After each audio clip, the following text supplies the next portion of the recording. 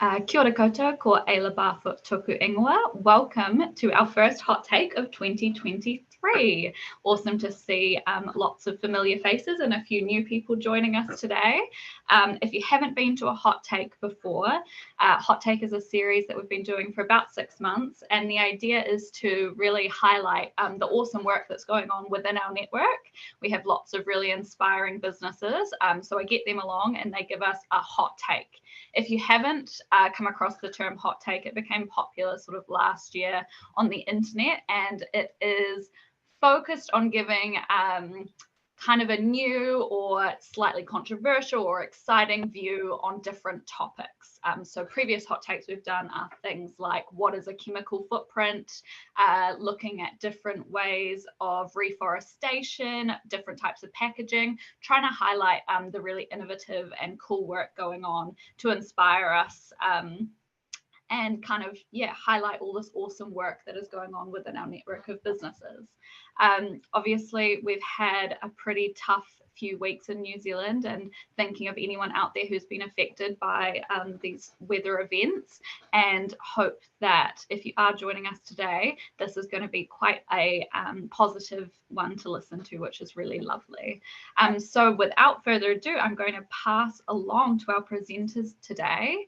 We have Jess and Karen from PeopleEX. So take it away, ladies. Thank you, Ayla. Kia ora koutou, ko Jess aho, part of the PeopleEX team, and really excited to be with you guys and the Sustainable Business Network today. And kia ora, ko Karen tukuinua tēnei.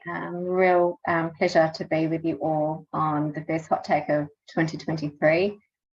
Before we kick off, similarly to Ayla, we just wanted to acknowledge the recent weather events, and our thoughts go out to our whānau and friends in our community who have been impacted, and we sincerely hope that anyone on this call that's been impacted, that you've got the support that you need.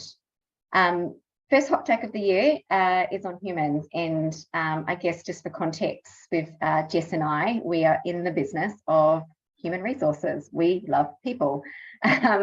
Collectively, between Jess and I, we've been in the industry combined 35 years, and we are what we call ourselves HR generalists. That means that we can do anything. Well, we think we could do anything from recruitment right through to exiting employees. And we're both from PeopleEX. PeopleEX is a very small output-driven business. We are 6 working mums, and we have a real passion for sustainability and trying to work with a more regeneration focus with what we do. And we have invested a significant amount of time in researching and upskilling ourselves and educating ourselves on the role that human resources, and in particular people, can play to drive sustainability.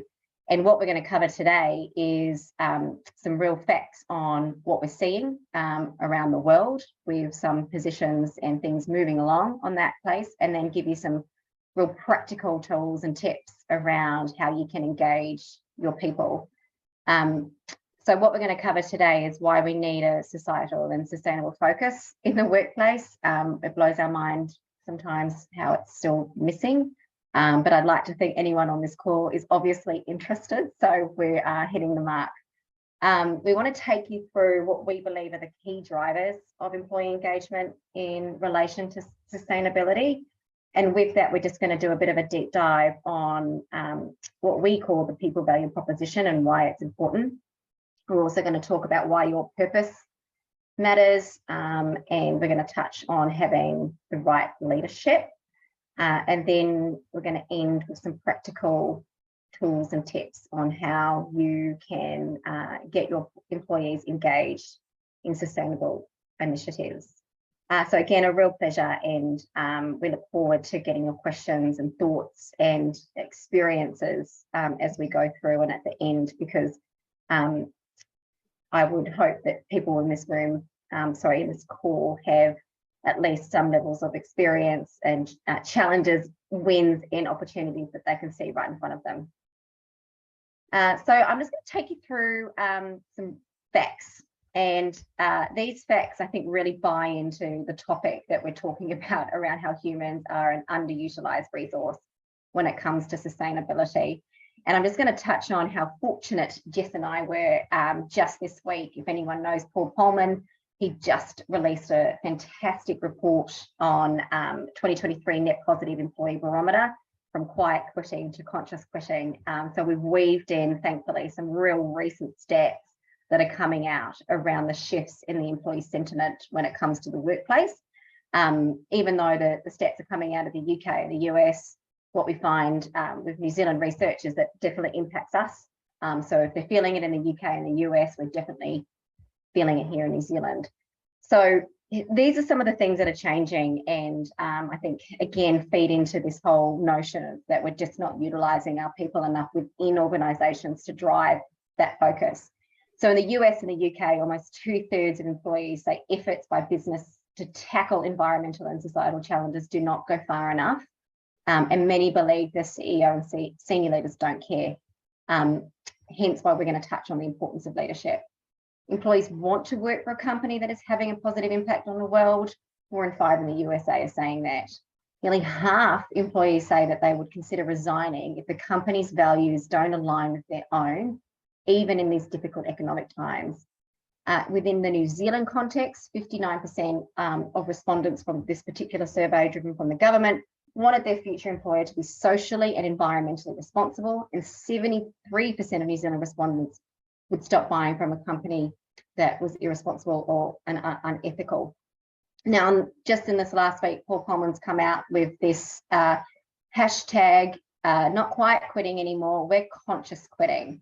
And it's happening now, and it's going to continue happening. And if you look at the stats and the figures that are on this small slide deck, it's already pointing in a direction that we have got a workforce coming in with the millennials and the Gen Zs.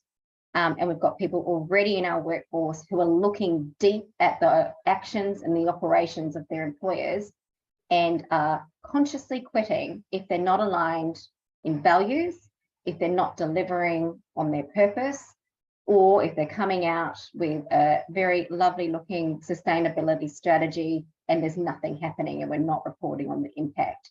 So it's happening, and it's going to continue to grow momentum. And I think the hashtag on conscious quitting is fantastic and timely, and we're going to see it on the feeds. I'll hand over to Jess to talk about the people value proposition and why we think it's important. Thanks, Karen. So your people value proposition, often called your EVP, your employee value proposition. We like to call it your people value proposition, as it includes everyone in your organisation, whether or not they're an employee, it might be a contractor or a supplier or somebody else that you work closely with. But it's essentially that ecosystem of support and recognition and values that an employer provides to the employees in return for the employees' work. The facts above, but also what we all know, is that the PVP that people are looking for is changing. Long gone are the days where it's just salary or wages that are given in exchange for work. And we all know there's been lots of information and publicity around the things like flexibility, the working week, and how people can manage life and work together.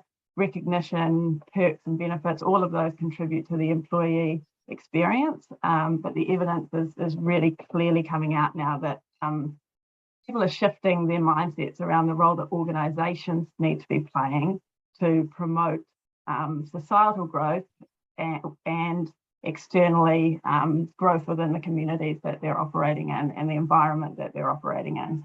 So increasingly people are looking to join organisations that have a greater purpose beyond profitability, and that is embedded and fed down in that experience and that value proposition that people have when they become part of that organisation. The role, people want to have an active role in helping your organisation achieve that greater good as well. So involving your people, and we'll talk a bit on the next slide around purpose, but your PVP essentially needs to link to your purpose and must include your people.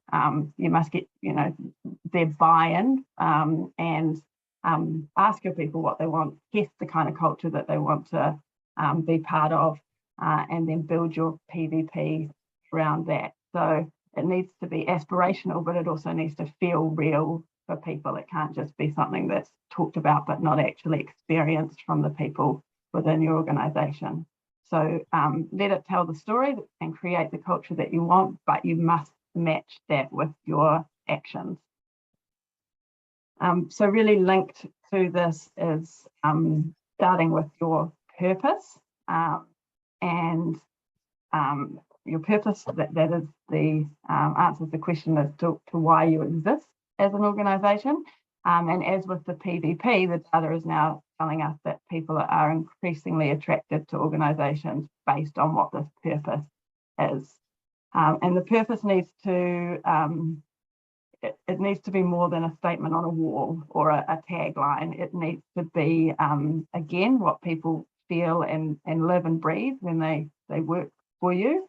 And people want to be engaged in meaningful work and to see that link between their everyday work and the achievement of your purpose as an organisation. And one of the recent surveys, I think it was a Deloitte survey that we've noted in here, they surveyed hundreds of people across many industries and across different countries, and they found that meaningful work was one of the key emerging challenges for leaders. And that's the report that said that you engage employees with meaningful work or you watch them walk out the door. So after you've developed your purpose, you need to have a plan that fits behind that so that it can feed down into everybody's role. You might have something like an ESG strategy or another kind of action plan or, that supports your purpose. But as with the PVP, if you haven't involved your employees in the development of that strategy and the actions that sit behind it, then there's not a lot of point in having it at all. People, there can't just be a strategy that sits at the top table. It needs to be sort of top down and bottom up driven. And we find, what the research is showing is that people are hungry to be involved. People really want to be. They just want to know how they can contribute. So unless you've involved them and got that buy-in, you might have the best plans in the world, but people will be confused as to the role that they play in that, and they're not quite sure how their work on a day-to-day basis can feed into that overall purpose. So there's some really cleverly crafted statements and purposes out there. So a couple of great examples are Whole Foods. They've got their purposes. Our purpose is to nourish people and the planet. And there's Lego, who are to inspire and develop the builders of tomorrow. But we would hope that those are not just purpose statements, but there's a whole suite of plans and activity that happens beneath that to move the whole organisation towards that common purpose. So we're not. Sorry, just to add in there, what we're saying is we're not suggesting that you go out and reinvent your purpose. Yeah. Purpose might be perfectly fine, but what we're saying is that a cleverly crafted statement can simultaneously cover purpose, so the why you exist, but also highlighting that commitment to sustainability. And if you think back to the slide where we were showing some of the facts and figures, we're finding that new employees are attaching themselves to the purpose of an organisation because they want to change, they want to contribute. And that example of even just Whole Foods, our purpose is to nourish people and planet. Well, if that's why you exist, then I want to come and work to support that. Our purpose at PeopleEX is people for better. It's quite simple, but what we're saying is we're trying to unite and utilise people in a better way for better people and customer experiences, but also better social and environmental outcomes because we believe we can do better. So the why is a great starting point to kind of try and gain that attachment to what your organisation is trying to achieve. Thank you. Move on to leadership. So this is quite a hard topic to talk about because a lot of us are leaders, right? But I guess the point that we are trying to make here is we have a level of influence within an organization that cannot be undermined, and we need to just think about, and we'll talk about right at the end, the importance of recruitment and capability, that we are instilling the right leadership and managers within an organization to really set that tone and walk the talk, because it can influence. I don't think there would be anyone on this call who would underestimate the power of having a CEO buy-in or an ELT, SLT buy-in in what you're trying to achieve. So we wanted to touch on it because if we can have a cohort of leaders who are really driving sustainability focus within organizations and trying to rally momentum for change, just imagine the ripple effect and the impact that that would have within an organization if your leader is on the same page as you are and living into your values. So the team leader or the person's manager can have a 70% of variance in team engagement.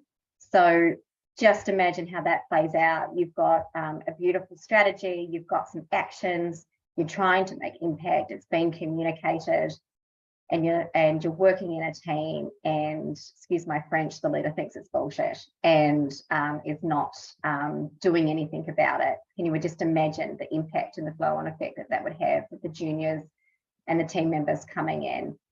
So we need to keep an eye on it. It's never going to be perfect in my view, but I would like to think that those leaders who are not attaching themselves to the strategy and the intent, that they will stand out eventually. And that's a different conversation which HR can help with and when that happens.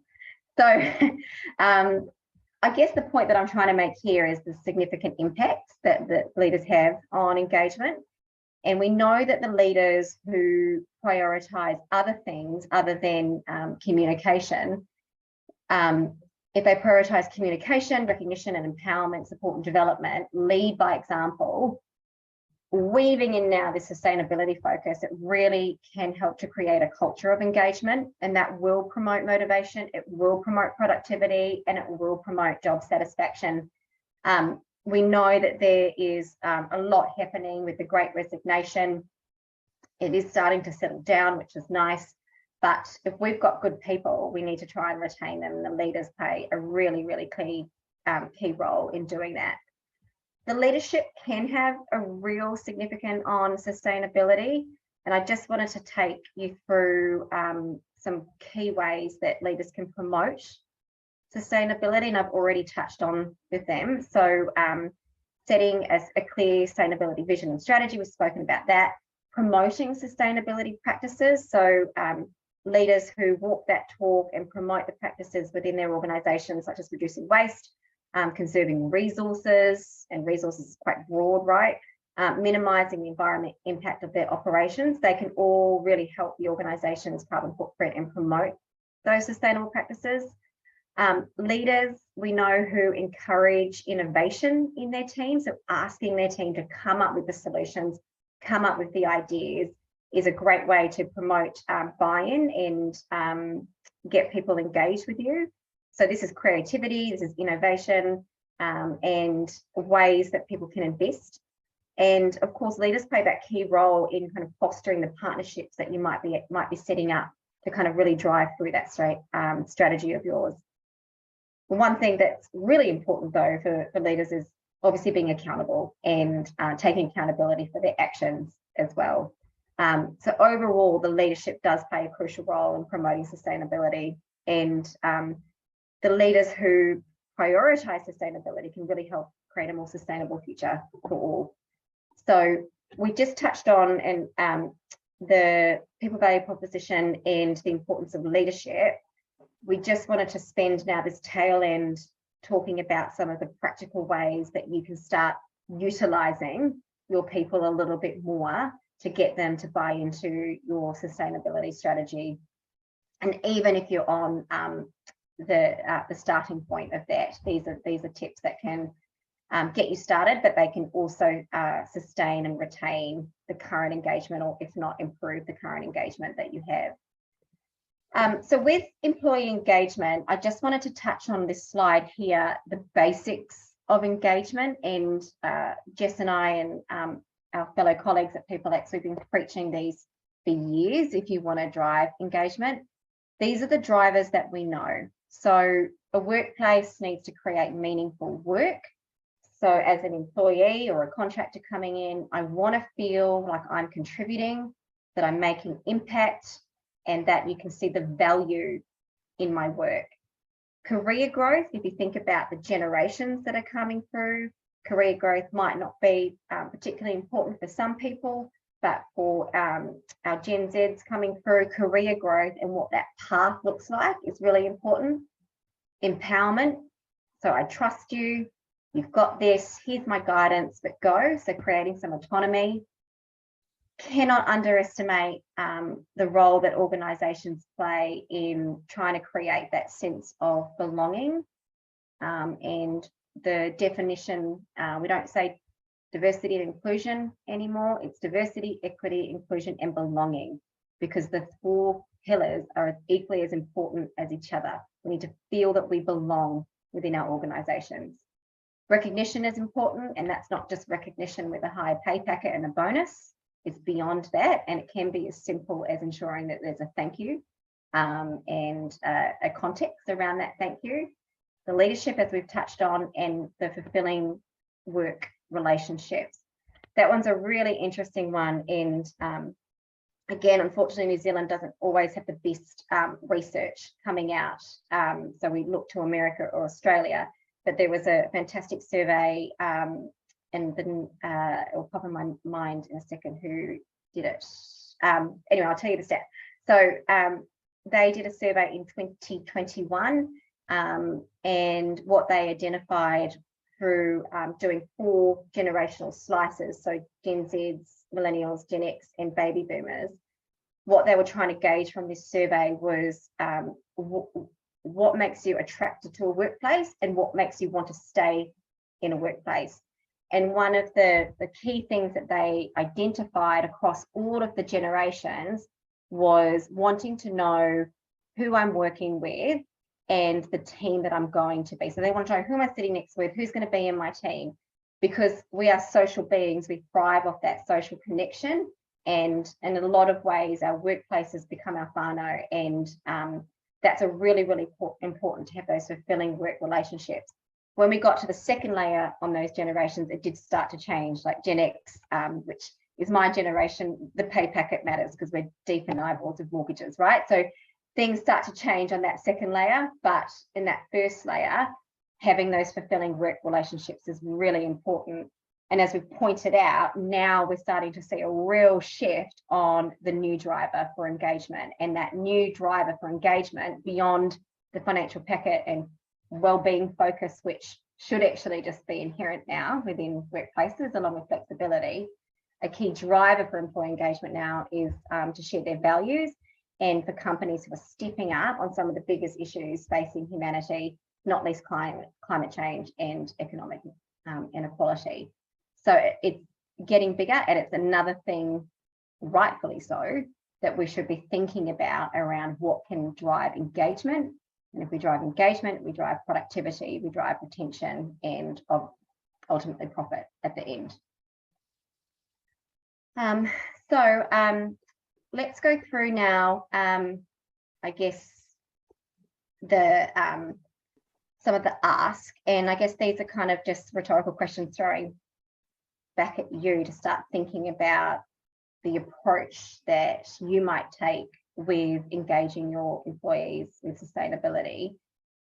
So the first question that we ask you to think about is, well, what is your organizational level of ambition on sustainability challenges? And what I'd say is, to put that into context, as I said from the outset, we're a small business by definition in New Zealand. We're 6 people only, but we have an ambition, and we've released our sustainability strategy. we are about to release next week our first quarterly report on our impact, and on some of the things we've said we've made no impact, and we're going to report on that, but on others we've made a movement. And that's the first question that you've got to test and you've got to ask within your organization. And what can you do within your organization that's logical, achievable, and targeted within what you can control? And I've got to say, even as a small business, when we workshopped ourselves and we aligned to the SDG framework, when we started to really break it down, there was so many areas where we could make an impact, and we're really pleased now that we've documented that, we've committed to that, and we've got a plan out there. And that wasn't driven by one particular person. It was all of us coming together and working through where it is that we can make the impact. So if you think about some of the points that Jess was raising before around getting your people involved, that's critical, because we want people to become educated and upskilled on some of the areas where we know that we can make an impact. And we've been working with lots of clients now to take them on a similar journey that we went on ourselves. And it's a similar position around taking this essentially a bottom-up approach to develop the level of ambition and the attached strategy. Once you've kind of determined the level of ambition, well, then how are you communicating with your people about the challenges you've identified and the actions that you're taking? And ideally that communication would be starting from the outset, because they would already be involved. We do see a lot of organisations with all good intent, of course, where the strategy is designed at the board and the ELT level, and then it's just released. If that's the case, fine, but the communication is key, and the communication is key around the role that you're expecting or want your people to be involved in. And then lastly, how are you empowering your people on your mission? So we'll take you through some tips that we've got on how you can engage them on the mission and get them involved. What's really interesting and unsurprising, and it goes to Jess's point that she raised earlier, is if you step up, your people want to actively contribute to what you're trying to do.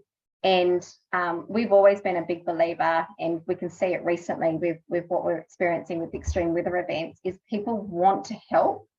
They really want to contribute, but often we just don't know how.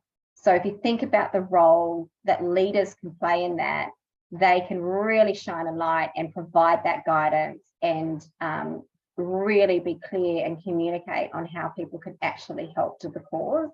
And then you will find that people will put their hands up. You just need to guide them. It's all there, it's sitting there. It always has been. And now we've got research to back us up to say, you start this, you communicate it, you get them on the journey, and they will engage with what you're doing. But you've got to report on it, and you've got to be clear on your impact, and you've got to communicate. Jess, is there anything you wanted to add there before we take through the tips? No, just sort of reiterating your message before about leadership. So there's kind of, I guess, there's that middle management chunk that is so important to bring along as well, because you will build cynicism if the top leadership are sending a message about great intent, and at the bottom you've got people really wanting to be part of that journey, and then there's behaviours in the middle that are undermining the strategy or the purpose that you're trying to drive. So by really focusing on that leadership and that management, you can help to or you facilitate success. I think you don't want to overpromise and build kind of a cynicism about, you know, the company's kind of greenwashing or saying all these fantastic things, and then it's breaking down somewhere in the middle. And what I'd add to that too, just in connection to this willingness that we've just got sitting there in organisations who want to help, is in our experience, and we felt this within PeopleEX, and we've had feedback from our clients, is you start the journey, you start the conversation, you start with the actions, and particularly if they've started from the get-go, it actually flows on to our personal lives as well, and shifts are made not only in the workplace beyond the recycled organic waste bins, changes that we're making within our own personal lives, in our homes, with our families, the way that we eat, the way that we consume energy. So that is an incredible amount of impact. And this is why I think in New Zealand, I think it was 95% of businesses are small business. And if you can imagine, if we all start to do it, the compound effect of that, not only in the workplace, but in our personal lives. So if you start on the journey, yes, your workplace will be making changes, but you will observe that people are starting to make changes in their personal lives because there's an awareness, there's a level of education. What we wanted to take you through on was, I guess, the how. So how would you get your people engaged and utilised with your sustainability focus? So we've touched on these before, but we'll just cover them off. So communicate your sustainability goals and your values and your mission, and get your people involved in the design. Make sure that they understand. There's still so much to learn and know, and sometimes it can feel very, very overwhelming. And make sure that you commit to updating on your progress, and whether that's publicly, which we believe it should be, but also internally, you need to keep your people updated on the progress and the impact that you're making. Another great way is to provide sustainability training in education. And us as a team, we've come to many events provided by the SBN because they're fantastic. And now we're pleased to educate you all on the people side of things. This can be really varied, and you can get really, really creative on what some of these options can be. At PeopleEX, we've gone through a process because we operate a fully flexible, output-driven work from home model. We have had assessments done in our own homes around where we can conserve energy. So that was paid for and provided, and particularly down here in Wellington, we're really fortunate because Wellington Council, through the Sustainability Trust, can come into your home and do that, and they provide a really comprehensive report, and you get the report and you make the changes and you can see the impact. And the other thing is to get your people involved. So we've seen some of the bigger organisations create green teams. I couldn't remember some of the other names that they've been called other than green teams, but these are like your wellbeing warriors in an organisation. These are a dedicated group of people who really push forward your initiative. They come up with the events, they come up with the agenda, and they help communicate what your organisation is doing. And similar to what we're talking about before, you put the call out, you will get people signing up. And then the key is then to empower that group of people to really help drive the agenda. And there's lots of kind of things that are coming out. We released a green guide, which I'll get Jess to talk about in a sec, around some of the benefits that you can offer just to get people excited about sustainability and regeneration. And some of those are like in-office initiatives, the cycle to work competitions. Jess, you want to touch on those? Yeah, we've seen some really cool and creative things happening with organisations having, competitions about how many times in a certain month people can cycle into work or run into work, and building some competition between teams to, like the old kind of step count competitions, but more focused on green initiatives, and supporting those things by providing the facilities that people need. So you need the end of trip facilities, you need the ability for someone to have a shower once they get there, and those sorts of things. So if you looking at the it's the perks and the benefits and the support structure around some of the things that you're trying to do to enable these types of initiatives. And once they take off, they often gain quite a lot of momentum. People love them and are really engaged, particularly in the competition part of it. Yeah. Yeah. Another thing to do to engage is recognise and reward through incentives in programs or awards. And this is the demonstration of your sustainability values or sustainable behaviour.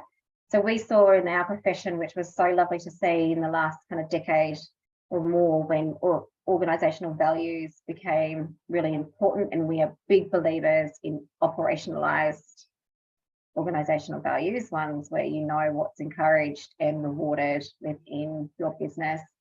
We saw a lot of organisations creating awards that where people were demonstrating the organisational values, and that was such a great way to see employees and people who work for you live into those values, and that was through a reward scheme.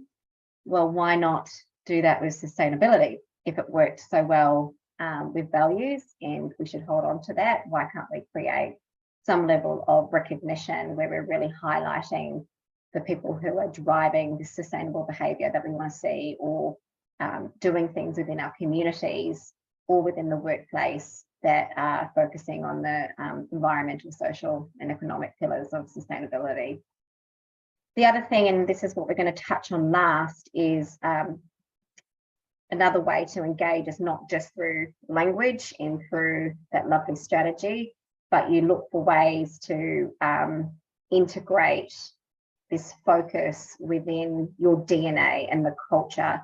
And this can be intangible or tangible. So decision making, that comes down to, right, and Sustainable Business Network has a great guide on procurement, right? If you're going to make a decision, are you making it in a way where it's not going to have a negative impact?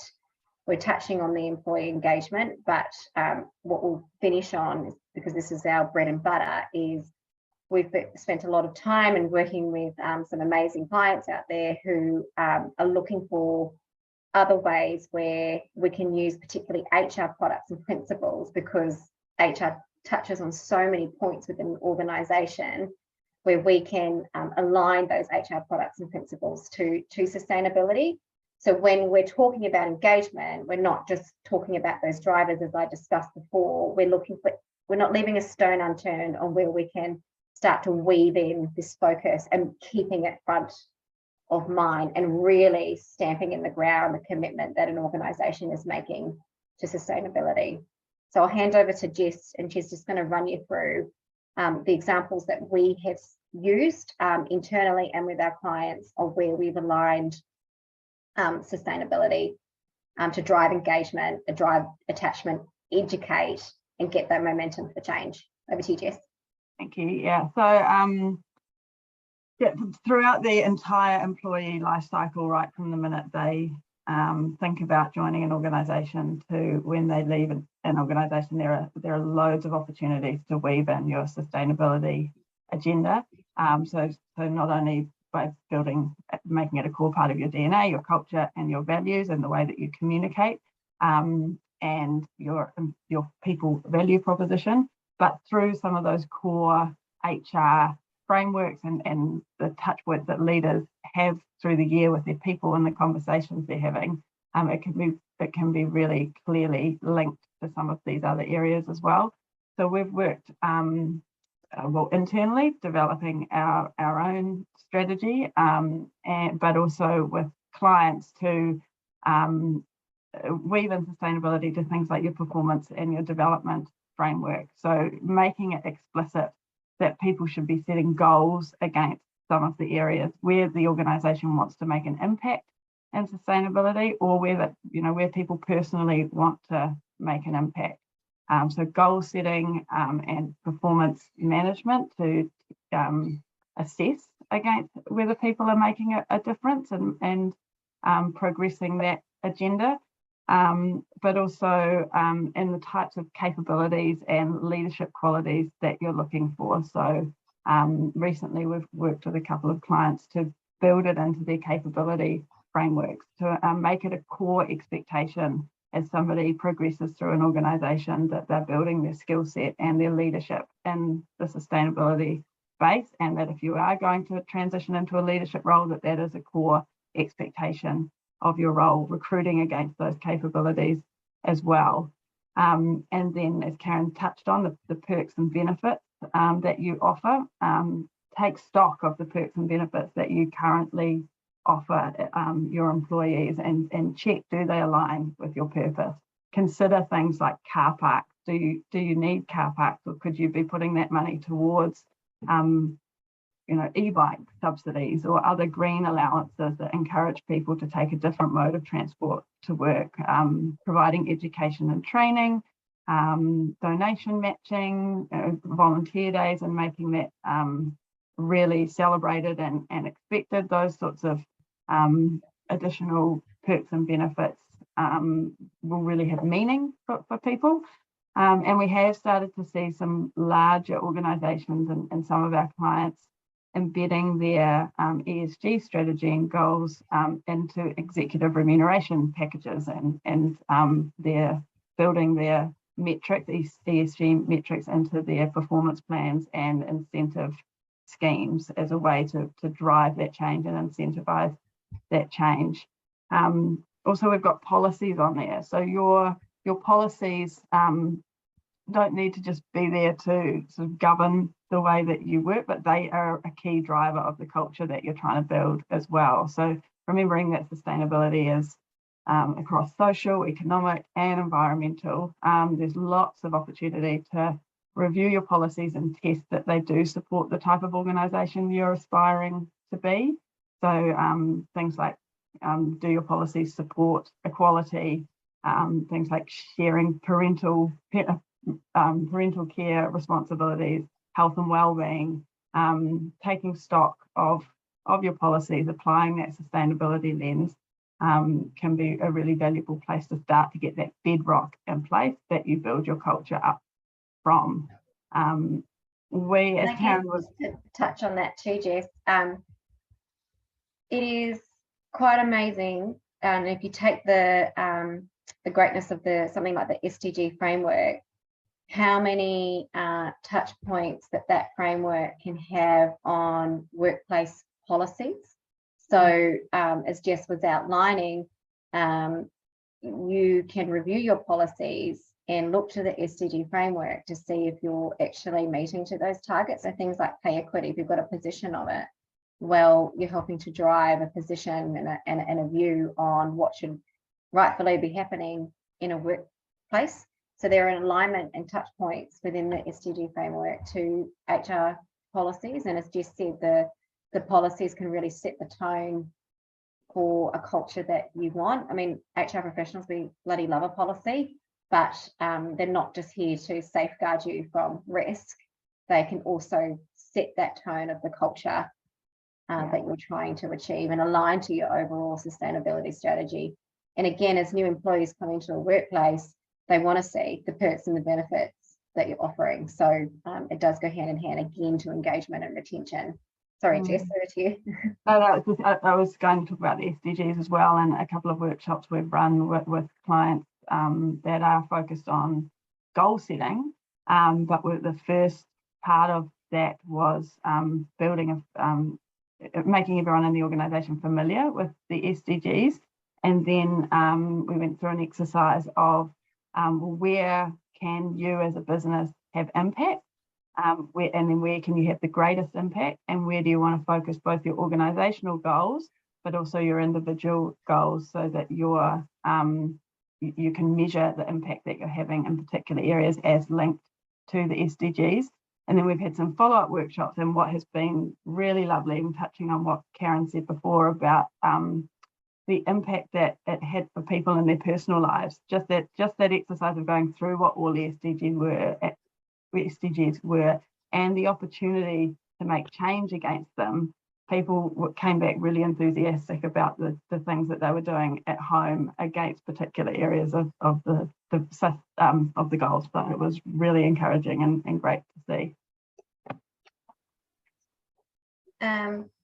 So before we jump to the Q&A, just wanted to recap what we covered today. So we covered it from the outset, some of these emerging stats that are coming out around the change of employee sentiment and what's driving people to want to work for you, but also want to stay working for you. And if I was to hedge my bet, we will see more hashtags on LinkedIn called conscious quitting.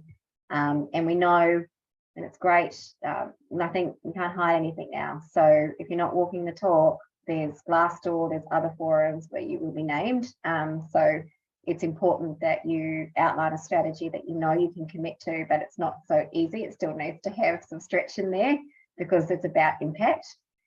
We covered some of those key drivers of employee engagement and relation sustainability. So really reviewing and looking at what your value proposition is for why people would want to come to work for you and stay with you. And we know that that's now changed because one of the drivers for employee engagement is wanting to work for organisations who are stepping up on sustainability and societal challenges, why your purpose matters, so why you exist, and driving that attraction for people to come and work for you.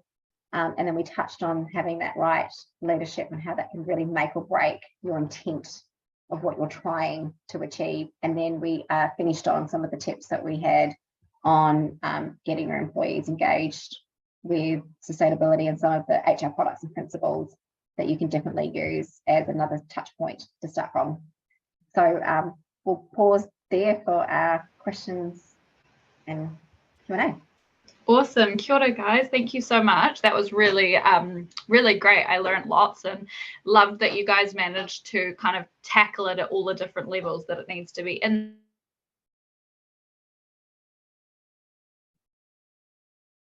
That strategy, but also how do you get that? Definitely a key thing when I'm talking to businesses that can be a struggle is how do you get what you're talking about in those senior meetings and those strategy days? How do you get that actually feeling like it's a part of your everyday work? Great. Well, we've had a question in the chat and we have a hand up. First, I'm just going to go to Michael Worth. And Michael, if you want to jump your screen on, I'm not sure if you felt this was answered through the rest of the presentation. Are you there, Michael? Or am I putting someone on the spot who maybe isn't ready to turn their camera on? Maybe not. Okay, that's fine. What he was asking was, in the survey you mentioned, autonomy, meaning and purpose are central to self-actualization. Did the survey show that intrinsic meaning is even more important now, or that meaning, where I know I am creating effect in the world, is what leaders need to connect to their people? I'm going to find the question because that's a big one. Yeah. You mentioned autonomy, meaning and purpose essential to self-action. The survey showed that intrinsic meaning is even more important now, and that meaning where I know I'm creating effect in the world is what leaders need to connect.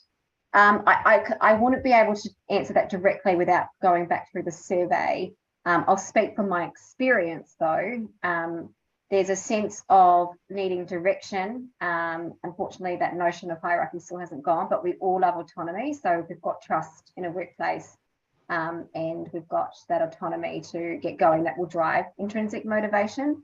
But leaders definitely need to connect with their people. It's a relationship.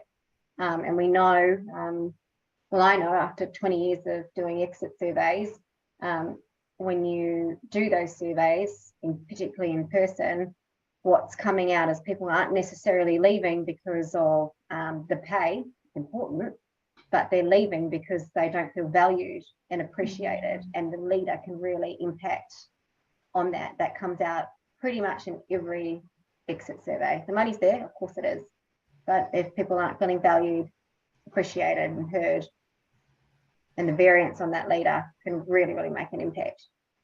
Great, thank you. Adam, kia ora, Adam, I'll pass over to you. Hi, thanks. No, great presentation. It's Adam from Waste Management. I'm the Sustainability Manager here. And I think our purpose is pretty good, power the circular economy for future generations of Aotearoa New Zealand. But I think my question is, what's your suggestions on how one engages and empowers? So we have about 850 people in trucks on the road every day, and they turn up at 3 in the morning, jump in a truck, drive, finish at 2 and then leave. and we also have about 250 people in yellow gear, big diggers and so on. How does one engage? And that's probably 67% of our workforce. And we also have 70 sites. So, you know, we have many sites, people driving trucks all throughout the country. So how do you recommend one engages with, if we have a great strategy and stuff, but I find it tricky to either empower, engage with people who are never in the office, and when they come and leave, they're at odd times. Yeah. Do you have like regular toolbox type meetings? Yep, so we have a monthly toolbox, and that's a process I use at the moment. So if we're doing something like a staff building program, I'll include it in that. Yeah. But that's pretty much the process, I guess, at this point. They don't look at our internet portal, that type of stuff. So, and the skill level of our managers, because we have 70 sites, some are really proactive, some aren't, and it's a bit hit and miss. They have different priorities, I guess. Yeah. It can be challenging. Yeah, and it is challenging with a workforce that's so dispersed, and not necessarily like us sitting in front of a computer. I have heard also with those toolbox meetings, obviously it's very punchy, it's very kind of operational and updates, but similarly to adding health and safety as a standard agenda item, given the risks involved, and particularly with what you're doing, is they're actually adding in like an impact type section into it, and whether or not it's directly focusing on how we're going on our sustainability strategy, it's more kind of talking around understanding our role and what we're kind of contributing. So they're kind of trying to create a conversation around, yes, this is a job, but it's actually a really, really important job, and this is what you're doing within the community.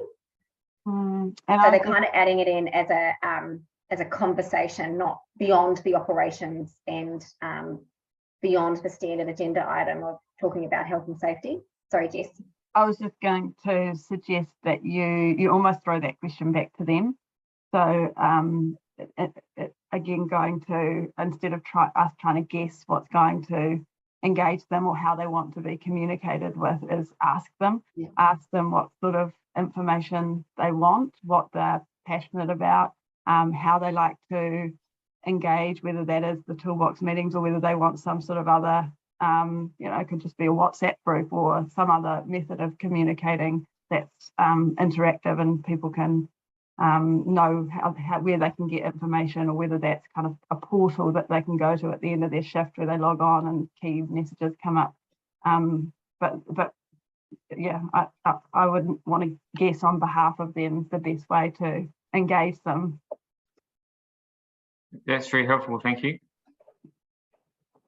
Thank you, Adam. And yeah, we had a few people in the chat there agreeing that that's a key question that comes up. Does anyone else online there have want to raise their hand and say a question out loud? We've probably got time for one more. Nothing specific coming up? That's okay. I have some questions. One of the things that definitely is coming up for us at SBN as we expand our staff and have staff in different locations, how do you foster that sense of belonging where it is less likely that you're seeing people in person, and especially in that wider team environment? As we move to this more online and remote working world, what are some good tips of kind of fostering that still connected feeling? Want to go, Jess? It's a great question, and I think one that lots of companies are grappling with. I think there's a difference between a sense of belonging and that inner office culture, and sometimes the two can get confused, or sometimes you might feel that you can only have that sense of belonging if you've got that in-office culture. We at PeopleEX, we work from home. We all work remotely all of the time, but we connect really regularly, and we're really transparent with the way that information is shared. So people, I think, fostering a feeling of inclusion and belonging, and people not being isolated can still be really strong when people are working from home, and the way that information is shared and the way that people are asked for their input into decisions, and through genuine care and regular check-ins on people's well-being. And I guess to add from that is, and we've learnt so much in the last 2 years, or 3 years, sorry, on how to work best online. And we now know, because we can feel it ourselves as well, that when we're on these online forums, we work harder, they're more tiring because we can't pick up on the nuances and the facial expressions. So we're trying to connect. So try not to make every single call so work focused. Find the time, create a social chat, put the trivia, online trivia, make it fun, pick up the phone. The amount of our usage now on Teams as a way to communicate when the person's sitting next to me, like we're losing that social connection. So leaders can really play a really key role here around, well, no, that person's down there, I'm just going to get up and walk. And I might not even keep it work focused, I might keep it social and talk about the weekend, or we have a common, our children are similar ages, so let's talk about that. So we've got to exert a little bit more effort to get to know people now, and we know when we're online it's tiring, but when you've got time, don't keep it so work focused, just keep it fun, keep it light, and don't feel like you as the leader always have to lead those conversations either. So get other people to run the calls, to set the agenda, come up with the ideas. It doesn't always have to be you talking all the time. Yeah, that's great. I love that. One of my personal favorites is when you're having a chat, and it can be work or social, is instead of doing it on Zoom, deciding to do it on the phone and both go for a walk, and you kind of feel like you're walking next to someone having a chat, but you're actually on the phone. It's been a nice way to connect with people in the different kind of lockdowns and things. Yeah, that's great. Great. That's probably all we have time for, but that was a really excellent presentation, and from the chat it looks like people really enjoyed it and learned a lot. So thank you so much to you ladies for giving us your time today and your expertise. Thank you so much. Yeah, thank you for having us. We'll send up a follow-up, and please have up at SBN, lots of exciting things coming up this year. Specifically Tuesday, if you're Auckland based, on Tuesday next week we have our monthly breakfast if you want to just come and have a chat and meet some other people in the network. We also have our sustainability sort of intro series that's running along this year, and the first one is coming up next month, which is an introduction to sustainability. So if there are people within your business who need that upskilling, we're covering lots of different topics, and as always have lots of learning opportunities at different levels. But thank you everybody for joining us today, and feel free to get in touch with me at any time you have any questions. And if you have a hot take that you would like to share with the network, please let me know and we can organise that for a future month.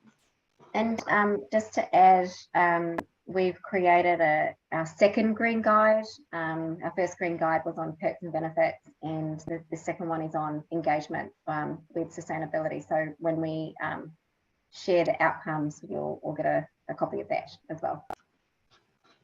Fantastic. Thank you, everybody. Have a lovely, lovely rest of your day. Ka kite. Ka kite.